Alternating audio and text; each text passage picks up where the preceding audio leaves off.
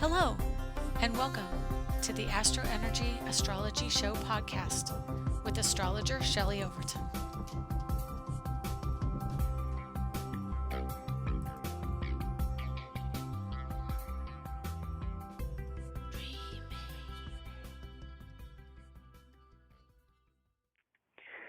Hi, and welcome to the May 6th, 2021 edition of the AstroEnergy Astrology Show podcast with me, your astrologer for the podcast.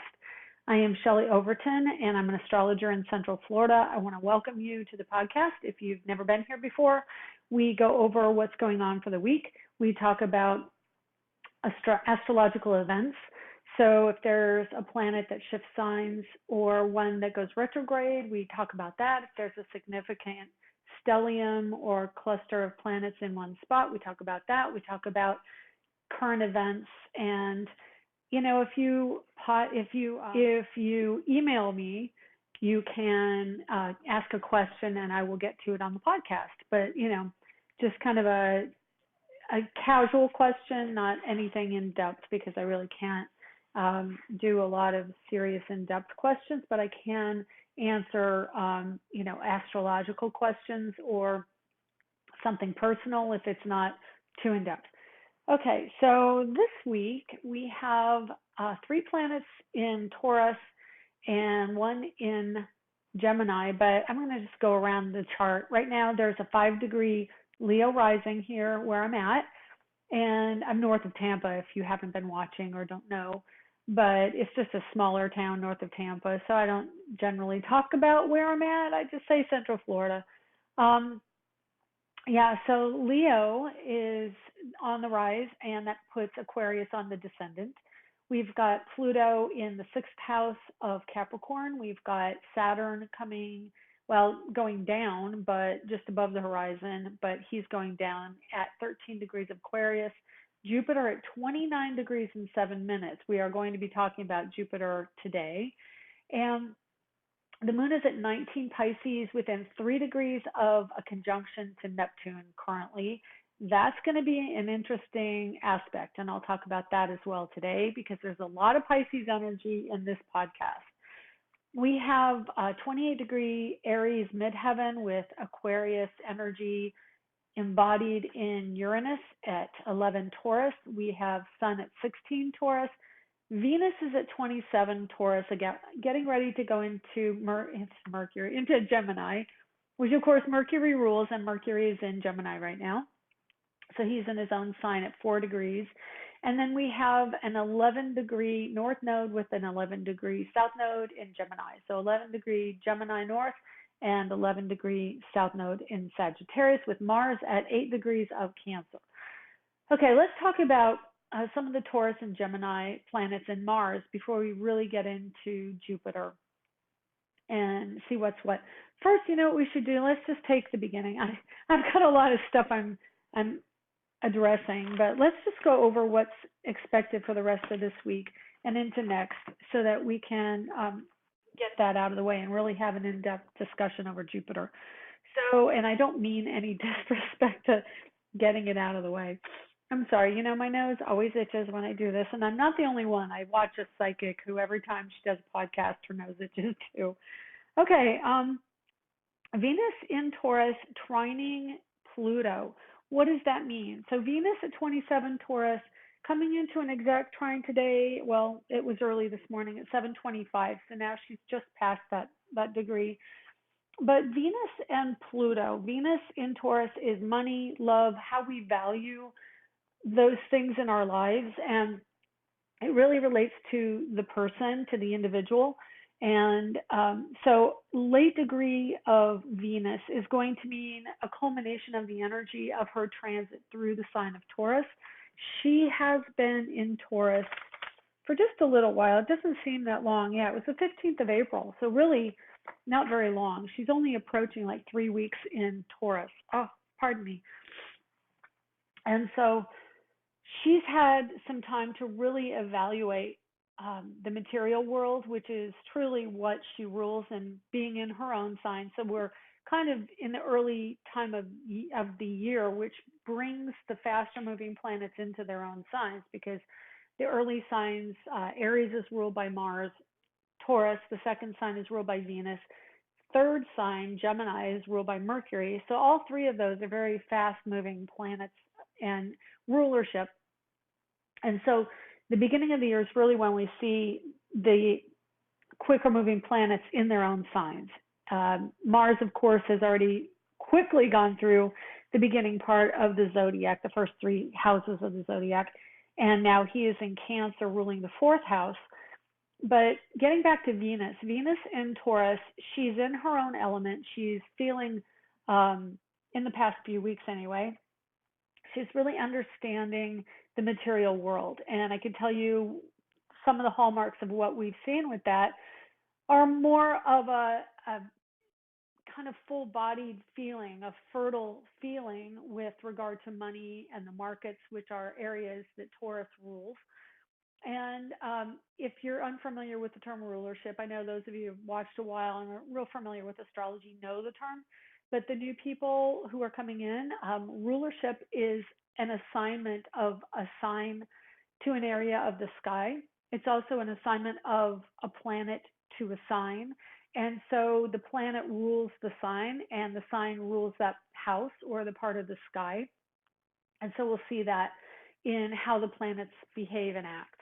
And Taurus being the ruler of, well, Venus being the ruler of Taurus, in your own sign, the planet Venus is really at her best, and she really is enjoying this time in the material world.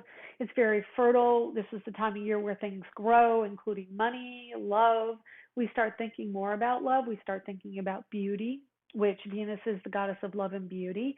So aesthetics become more important, and spending money on aesthetically pleasing things.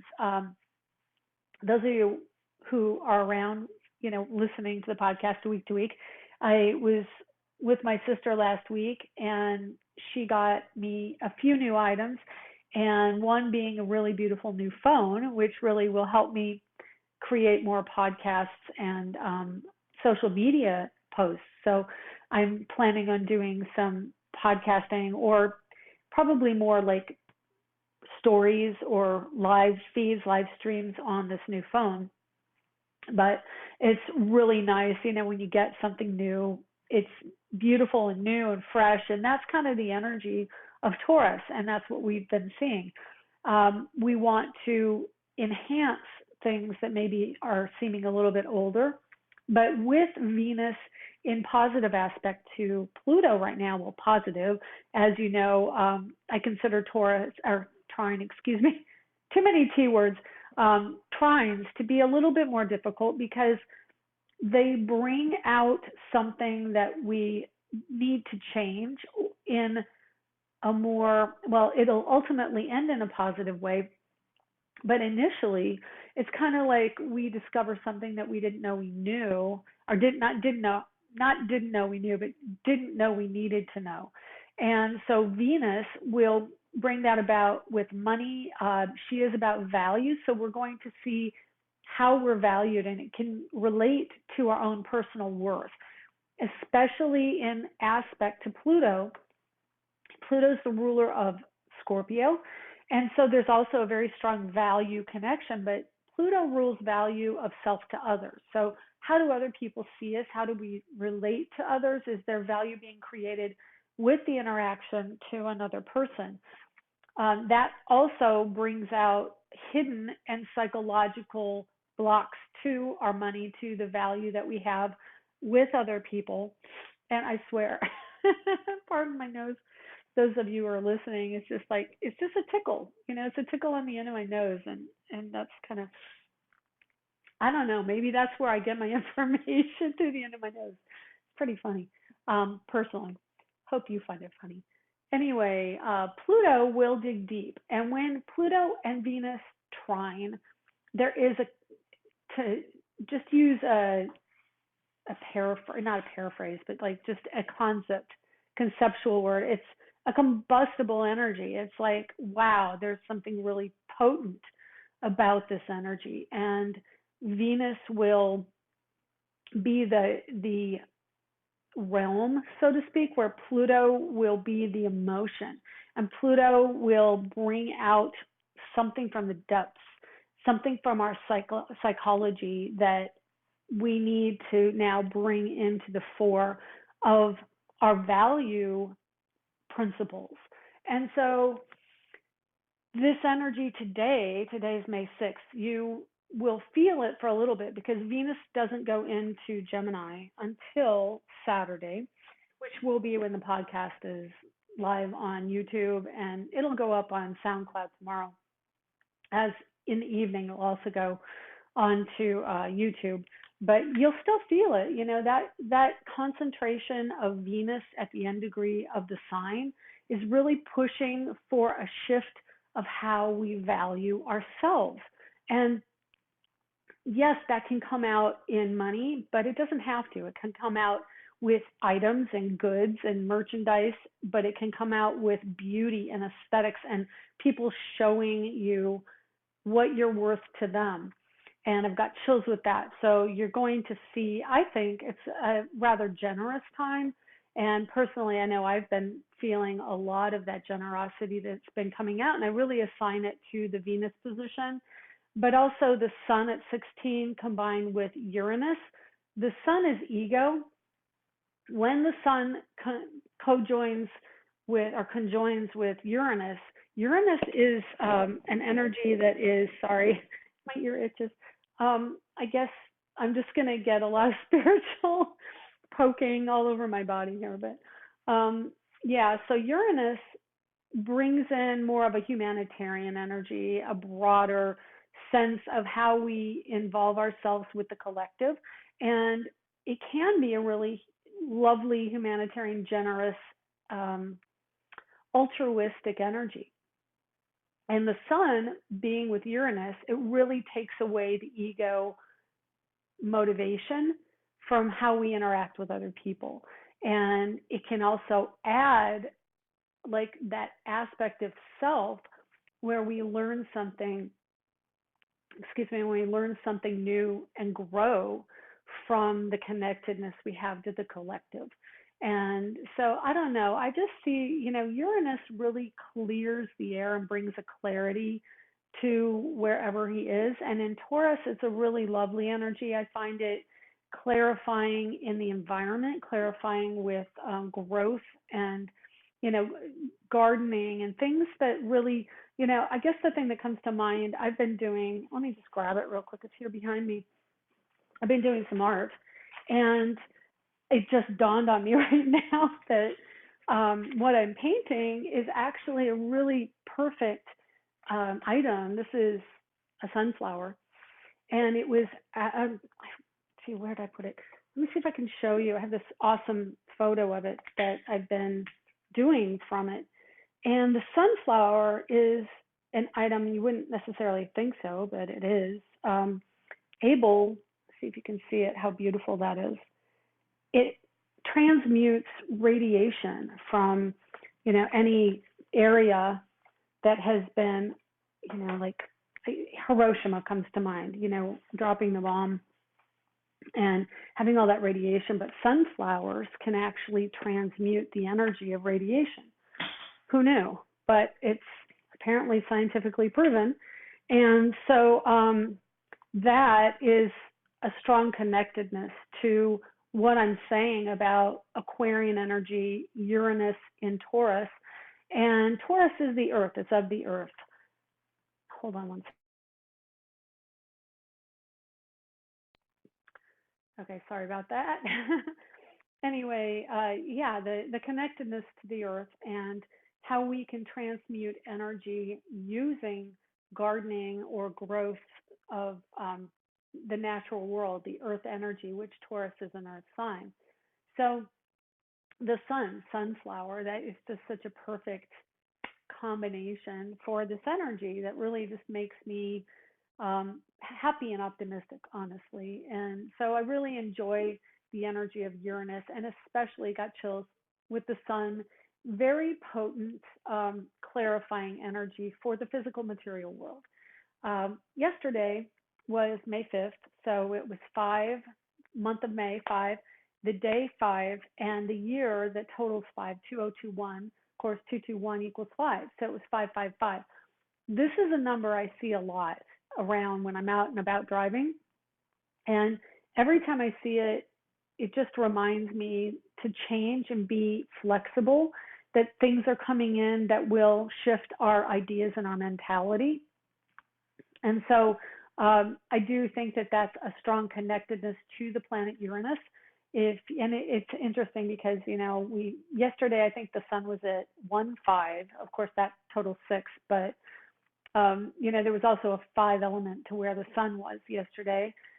And Uranus is at 11. I'm noticing 11:01, 11 degrees and 1 minute of astrological time. So numbers, being an astrologer, you're always doing the math and doing the, subtraction and addition and how many degrees and where's it at. But numbers are a very strong way that spirit can speak to us in astrology. And so I just want you to be aware of the numbers, especially as we're coming in to more Aquarian times. And we've got planets that are playing with science and numbers. So the Aquarius planets are Saturn and Jupiter in Aquarius, and then Uranus, who rules Aquarius. Let's see. So now we're wrapping up the story of Venus. Venus did join up with the sun. She joined up with Uranus, and now she's wrapping up some of that higher clarity that she's been able to gain from having talked to both the sun and Uranus. But it's a very concentrated energy. I do think that the next 24 hours to 48 hours are going to be really strong time of taking, basically selling off stocks and taking profits, because Venus is about the material gain.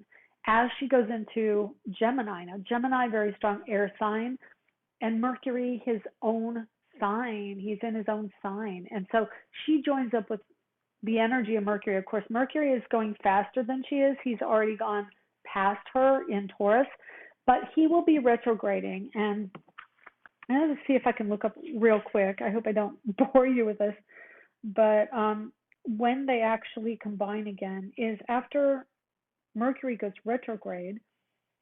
And they're actually, interestingly, going to be pretty much joining up on the day he retrogrades, which is right around the 28th, within 24 hours of the 28th of May. And so Venus will be right there on the retrograde. So what does that mean? That means that we're going to see communications shift and change. And because of the dual nature of Gemini, you have a story that goes along this way. You have information gleaned from what he wants to tell you. And then on the day that, hey, we're talking, we're communicating, things shift back. Things turn around. It's not what it was. We go back to reevaluate, but we also have two choices. It's not just one and not just the other, but it's both. And so it's going to be fickle. I'm just warning you now. And that happens the end of May. It's in a few weeks, but I can tell you when Venus goes into Gemini anyway, she's very flirtatious. She enjoys the attention. I just started watching Mad Men on Amazon, and it's a period piece of advertisers. It's Madison Avenue ad men, and so Mad Men, because Madison Avenue. And so it's a play on words too, and the main character is really good with how he words things. So it's a real strong Gemini energy. And so words are going to be important. Words are really important with Mercury already being in Gemini, but because it's a Gemini energy, there's word play coming in, and I would just say a very strong caution that don't believe what you hear during this strong Gemini phase. And I'm just going to look it up because it is quicker energy, so it seems to go fast, but because of the Mercury retrograde, it will last a decent amount of time. It doesn't really get over until mid-July on the 11th. And then Mercury is in Cancer and Leo, 2 weeks each. It's boom, right through. And by the 12th of August, we've got Mercury in Virgo, which is also a planet of Mercury. But Virgo is very grounded. So Virgo doesn't let the ideas run rampant. She's like, okay, you said this, now what does that mean in physical, tangible sense? But through mid-July, look for this energy to be really strong through mid-July, and always question what you hear. Know that chances are, and I'm going to tell you this again, things are going to change. You're not going to, like, if somebody says, yeah, let's meet up on Thursday, plan for not meeting on Thursday and having to change it. It's the way it's going to be. It's already started. Okay, so Venus joins in the sign of Gemini with Mercury. She will not really join up with him until late in May, but she will have the realm to play with. And so Venus is love. She explores the idea of love. She explores the idea of money in the realm of Gemini. So that means electronics, electronic goods, the materiality of it. Because remember, Venus is the material. She rules Taurus, so she's bringing that Taurus energy into Gemini. So it can mean new computers, new cars, because transportation is a Gemini territory, new pets coming in, 2 new pets. You could get sister and brother if you adopt. There could be, 2 of them that you adopt. And it's also reptiles, it's neighbors. There's more communication with neighbors. There's maybe a love interest in a neighbor. It can also be aunts and uncles. So know that there's more communication, more awareness of these people that are Gemini based. It's also younger kids in an educational setting. Let's see what else. The term or the phrase, what is it? Fences make good neighbors. That just came up. So you may be exploring ways to get along with neighbors and to get along with your siblings and relatives that are Geminis. So know that that's coming in really strongly. But the other thing that I want to talk about is, well, let's get to Mars and then we'll get to Jupiter. Mars is in Cancer. He is sextile to Uranus right now. He's got 3 more degrees before he comes into an exact sextile. Let's see if it even says so on my daily planner. Okay. Conjunct, sextile, where are you? Mars. I don't see it. In conjunct to Saturn. That's not what I'm talking about. So really what we're trying to get at is Mars getting to 11 degrees of, there it is. And that's the other thing. So I'm just giving you also another heads up, which I probably would have touched on when I talk about Jupiter going into Pisces. But you've got the moon today, and this is Thursday. So it'll be Thursday and Friday. The moon's going to be in Pisces, which will be affecting Geminis and Gemini planets in late degrees of Gemini. And it's kind of like this fogginess that it makes it more difficult for you to get the information out and you get confused. But there's a sextile between Uranus. Where are you, Uranus? 52, 15. Yeah, it'll be the 11th of May, pretty much. So that's 5 days from now. So 11th of May, next Tuesday, even though it doesn't say here. Oh, yeah, it did. I just missed it.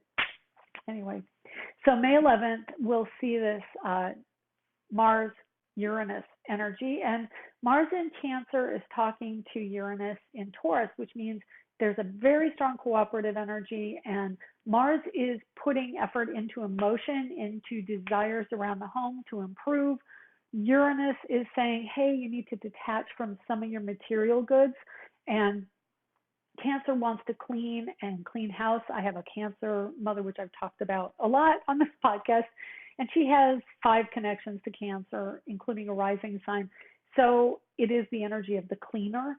And just an anecdote, I was over at her house about a week ago, and she had a beautiful Lenox ceramic candy dish, and I'd seen it around a bit, and it was just on the counter. I'm like, well, what are you doing with this? Oh, I'm not interested in it.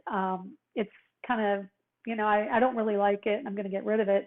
I'm like, oh, well, I'll take it. And I put it in the back bathroom where I was staying, and so I left it there because I came back over here to this side of the state, and I knew I was going back. And when I got back, it was gone.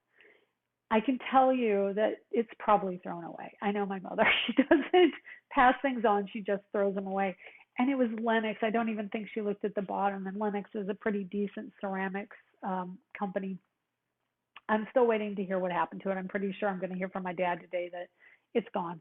But that's the kind of energy we're coming into until the 11th with Mars sextile to Uranus. It's just like get rid of it, clear it out. We don't want it.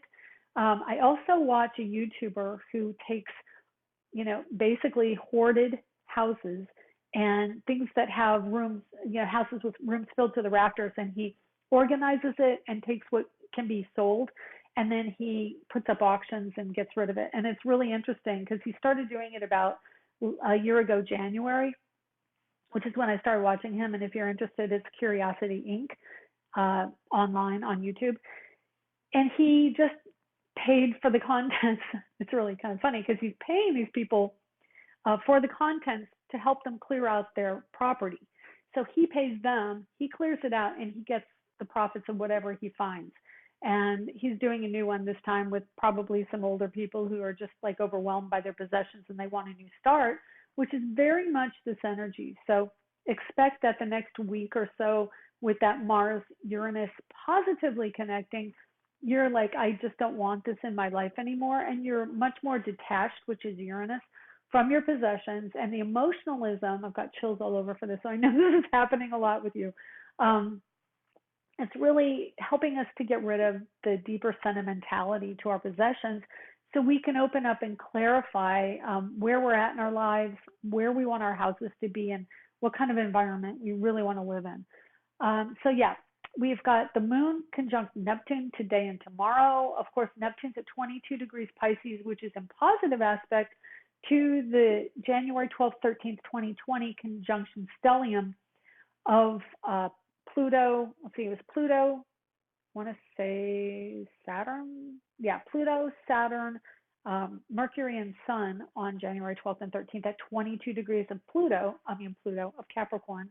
And so Neptune at that positive aspect right now to Pluto, and he's also still only 4 degrees from an exact sextile to Pluto, which means the ideal vision. I've got so many chills at this. This is really the good stuff coming in after we had a lot of the harder times in the last few years. I personally see 2015 through 2020 as being really a difficult 5 years. And I think part of that was the Uranus-Pluto conjunction. And then at the end of that, when that separated, we had this stellium in Capricorn. And of course, COVID hit. And that was also Mercury in Pisces, which can be very emotionally sensitive and mentally taxing. It's just been a lot. And then, of course, we had 6 months of Mars in Aries, which was more the assertive, assertive, and even violent at times energy coming in at the end of last year. It's just been a really difficult 5 years. I know personally, it's been a difficult 5 years. But this is more of the positive growth cycle that we're coming into here. And I really love the energy of Pluto, Neptune, and then the moon is coming in for the sentimentality. I'm not going to kid you. Pluto and Capricorn, Pluto digs deep. And then Neptune is also a very deep planet. And then the moon being a water energy ruling Cancer. She is idealizing energy as well. So good, like half of, I don't even know the term for it. We've got a sextile between Mars and Uranus, a sextile between Uranus and Neptune with the moon conjuncting, and a sextile between the moon-Neptune conjunction and Pluto. So it's like half of a full sextile, grand sextile. I'll just throw out the word. So we've got that half of the zodiac is in positive aspect to all the planets and in the earth and water signs, which is really positive for coming to terms with our own emotions and how it manifests in the material world. So, I'm always learning and growing as an astrologer, and I'm going to look that up. So let's put it down and look that up, because is there a term? Maybe there is. I don't know. There probably is. There's a term for everything. There are terms for things like, oh yeah, that's 32.5 degrees apart. I'm just making that up. But, we have terms for all sorts of aspects in astrology. But, there's so much information in basic astrology. I do know more than that, but I tend to just focus on the main aspects because I literally could go on for 2 hours just talking about the main aspects. So, with all my Virgo and Aquarius energy, I tend to go down rabbit holes and then stay down in the rabbit holes. Okay, anyway, okay, yeah, we've got the sextiles going. So for the next few days, a lot of wonderful positive aspects going on. But then we have Venus moving into Gemini, and that's not that it's not positive, but it will culminate in the energy. Like we can release the Taurus energy from Venus, and now we're talking about the next step. We've decided that we want that connection to someone lovely and romantic. And now, what are the terms? We're going to deal with the terms, which is very Geminian, or Geminian. I think it's Geminian. I'm going to use that. I don't know why. I never say that word. So there you go. It is words, and it's going to be about words. So it's love of words. This is poetry. This is lyrics, writing, novels, all of that. Okay, so getting over here to Jupiter. Jupiter's moving into Pisces. As I've said in the past, the second it moves in, it's right on my natal Saturn. So I'm having a big expansion of my Saturn. And what's coming in for me, which also relates to you, is the energy of expansion around creativity, around idealism, around visions for what you want. Pluto joining up in sextile with Neptune is accenting that, is saying yes, yes, yes, yes. Neptune and Pluto will be talking with each other for a good long time. Like I'm saying, probably a couple years of this communication. So it's a really wonderful, supportive sextile that Pluto and Neptune are really moving into right now. Neptune hasn't gone retrograde yet. Let's see when Neptune retrogrades, because that's really a time when we go back over the energy of Neptune. I got so many chills with this, because Neptune, while he can be a flood energy, really sad or sentimental, he is also in the realm of exposing the storyline and the thread that goes through generations. Not just like, hey, what's the tradition that Capricorn wants, but really what is the vintage, the story, the archival quality of what we're doing. But also, I love that he goes into the past and he brings up vintage creative ideas, clothing from the past that we will reinitiate a love for. Music and the arts from the past all come back in. Different ways of painting and styles, like Art Nouveau, the more frilly, involved type of art, expressionism and impressionism, and like I said, Art Nouveau and Baroque, things that have much more of a, like the more is more mentality come up with Neptune. Neptune retrogrades in June, and he is definitely in his shadow right now. Let's see how far back he goes by the time he's done. 20 degrees and 24 minutes. So he's been in his shadow since the first week, around the 3rd of March. So we've already been feeling the storyline that we're going to be expressing with Neptune's retrograde. Jupiter joining Neptune in Pisces, expansion of this collective awareness of we are all one and part of the same world. What comes to mind is so many chills this episode. I can't believe it. I've got chills all over my legs the whole time, everything I'm telling you. So, the thing that came to mind was India. And, of course, Neptune and Pisces rule the end of a story. When you see Neptune energy transit your chart wherever it is, it's like you're wrapping up the story. And that's why Neptune, when he goes over a cusp or changes signs or hits one of your planets, he can be the bearer of the information around retirement, around transition of life, but I don't as much put him in transition of life, although very much he can be in that capacity, depending on where he is in the chart.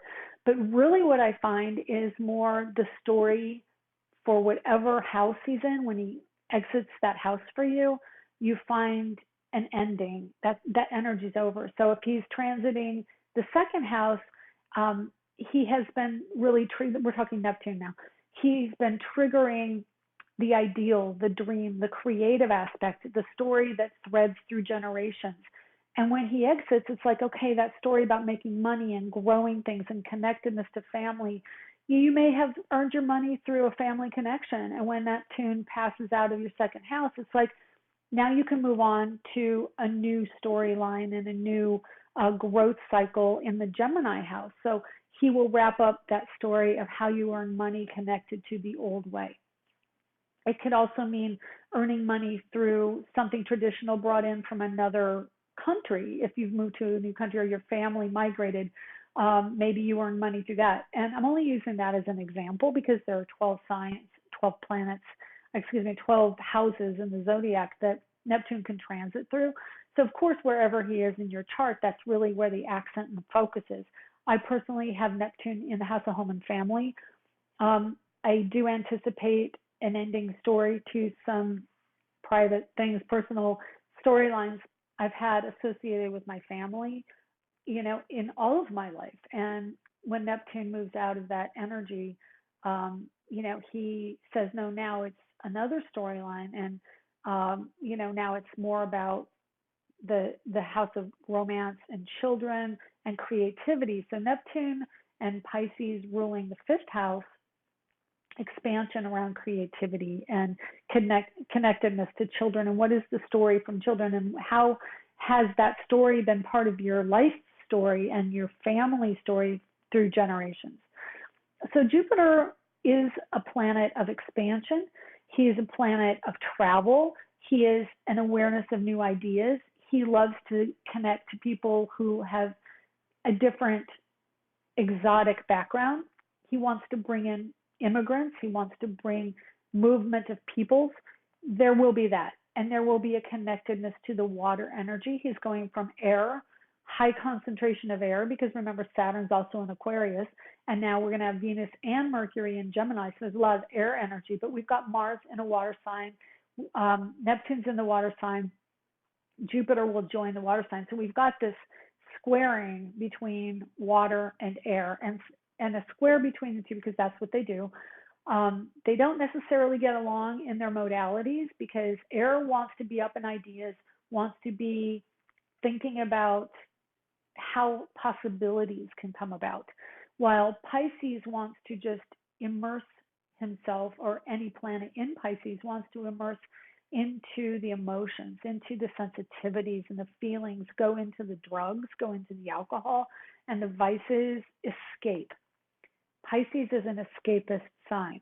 So Jupiter loves to escape. Jupiter wants to be gone. Like, yes, I am going to leave and be done with this. The air energy of Jupiter right now is very much an expansion of science and going out into space, all the SpaceX rockets going off and people going into space.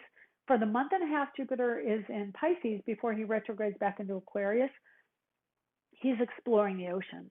He's exploring the emotion. He's exploring the psychic awareness and the realm of our connectedness in a psychic sense, through emotion, through our visceral connectedness to other people. So this month and a half will bring us into that psychic realm, the awareness that we are connected in an unspoken way, because Pisces is the realm. Boy, do I have a lot of little annoyances. My hair, my ears, my nose, I'm sorry. So Pisces is going to make us much more aware of things that are unspoken. You look at somebody in their eyes, because Pisces gives you the big bedroom eyes. It rules the feet on the body, but you also have, like in the physical sense, we have in the face how Pisces affects the physical appearance. It's the big doe-like bedroom eyes where you just watery see through a person's soul. And we're going to have that really be a thing. I wouldn't be surprised if for that month and a half, and then again next year and the end of this year when Jupiter enters Pisces for a longer stay, we really accent the eyes in this dreamy, soft focus makeup, where it's gradient. It's already something I do anyway. It's just one of my personal affinities, but the Gibson girls in art comes to mind, where they have these big, dreamy, brown outlined eyes, and the red lips and the soft focused cheek makeup. And makeup will be part of it because we love to put on a face, a facade. We want to hide.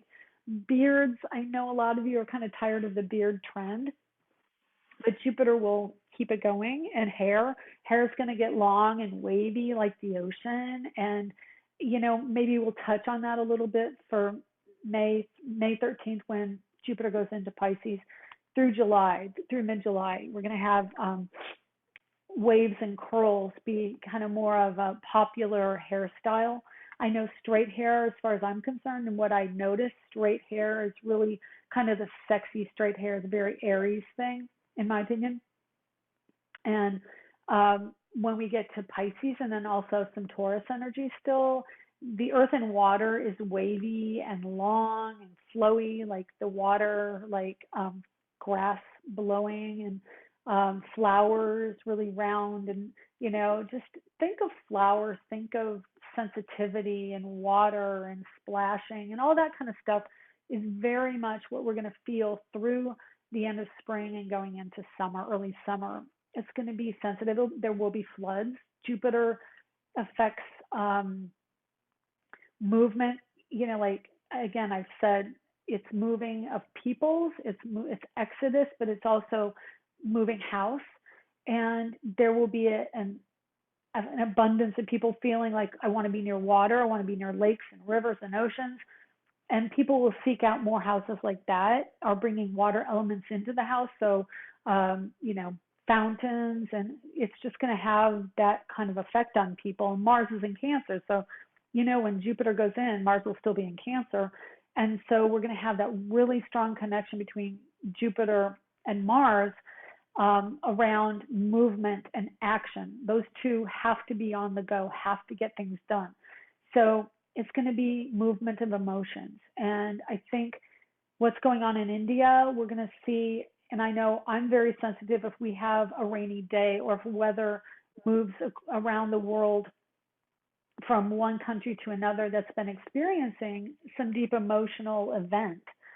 We're going to feel it in the collective. Those who are empathic and psychic are going to just be really hit right now. And so I would say ground your energy. Uranus and Taurus is about grounding.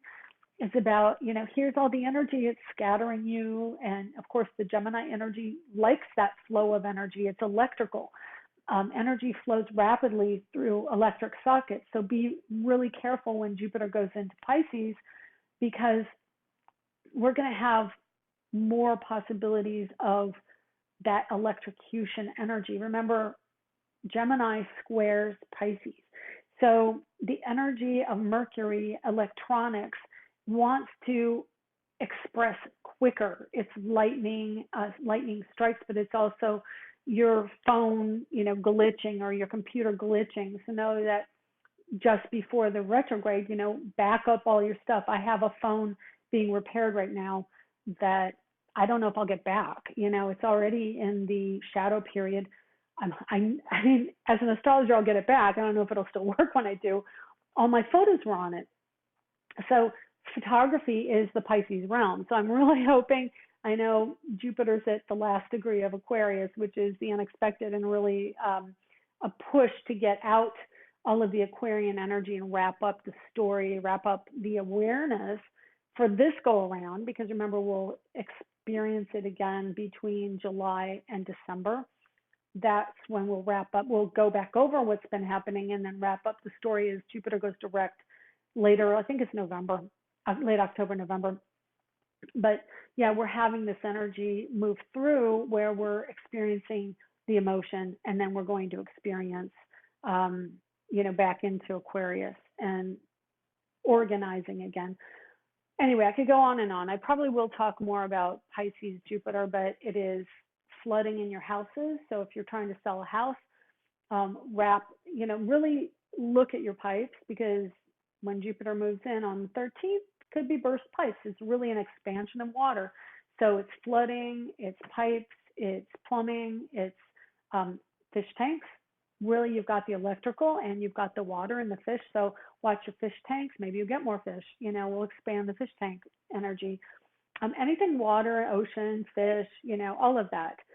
But it's really deeply emotional, and it is an end transitory time. So Jupiter, just know that it's boom, it's big expression of water energy, squaring the Venus energy and the Mercury energy, and it squares the Sagittarius energy too. So if you're Sagittarius, that's also being on the move, but it's going to be something sentimental holding you there and really tugging on your heartstrings and your emotions. So maybe it's the need to move on, but you have to say goodbye to the old. I don't know. If you are interested in finding out where this energy falls in your chart, please do let me know. I think the one last thing I want to caution you about is even in the body, how this physically manifests in the body is brain fog, because your mind wants to go fast, but the emotions and the body fluids get in the way. You're much more sensitive to the liquids and fluids in your body. It can mean that there's a disconnect in food, because remember also you still have Taurus energy.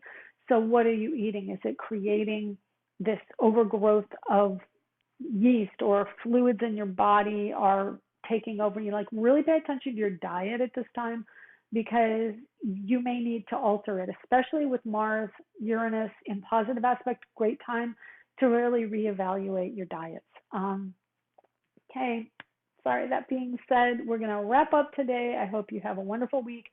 And again, next Thursday is when Jupiter enters Pisces. I haven't even talked about the new moon. I have to tuck this in. I know it's so much to get to, and I think this is running really long, but new moon at 21 degrees Taurus. So today we have the moon at Pisces Neptune, but next week we're going to have the new moon, a new day in trine to where the stellium in Capricorn was last year. Again, that 21, 22 degree of triggering in your charts, it's very much about money next week, and that's on Tuesday, and I'll tell you the date and time. It's Tuesday the 11th, and the new moon hits at 3 o'clock p.m. Eastern, noon Pacific. So coming up on Tuesday, the energy is going to really be building towards money, towards a shift, a clarity. I think this is a really great energy of clarity. And honestly, plant your veggies and plant your flowers on that day, because new moon in Taurus, we're growing things. We're planting something new. And because it's the last decant, the last 10 degrees of Taurus, it really is the harvest area, the harvest. And that would be the Capricorn area. So it's the physicality of it. It's a really good harvest energy going into next week. So Tuesday. And yeah, and also set your intentions. Anything you want to materialize. Really awesome time to shift the energy from the old story, from the old authority, from the old, dug in deep and rootedness. We're really creating the new rootedness. And so if you want to transplant your plants that time, that's when it's the time to do it. Okay, exhausted, all of this stuff for this week and your attention, I'm sure. Anyway, have a great week, and you're with me as always. Keep an eye on Angelic Zodiac on Instagram. I'm going to try and post there more. Okay, bye. Take care. Love you. Bye.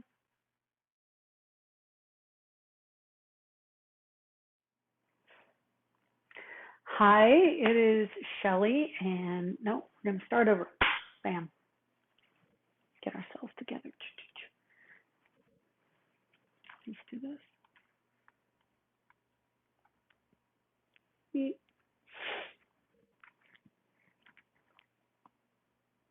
If you bleep, cut that out. You have been listening to the AstroEnergy Astrology Show. If you would like to get a private reading with Shelley, please contact her through angeliczodiac.com or at so@angeliczodiac.com. You can arrange a reading through the Angelic Zodiac page at facebook.com as well. Check out Angelic Zodiac on Instagram for up-to-date information on events, discounts, blogs and planetary transits at Angelic Zodiac 1 on Instagram. If you would like to see Shelley's art, shelleyoverton.com, or for astrology art, go to astroart.net. Music provided by Kevin MacLeod at incompetech.com. Other music will be credited within the show. Advice given in the program is intended for entertainment purposes only. Join us here next week for more of the AstroEnergy Astrology Show podcast. You can find us on iTunes and Google Play, and where podcasts are accessed.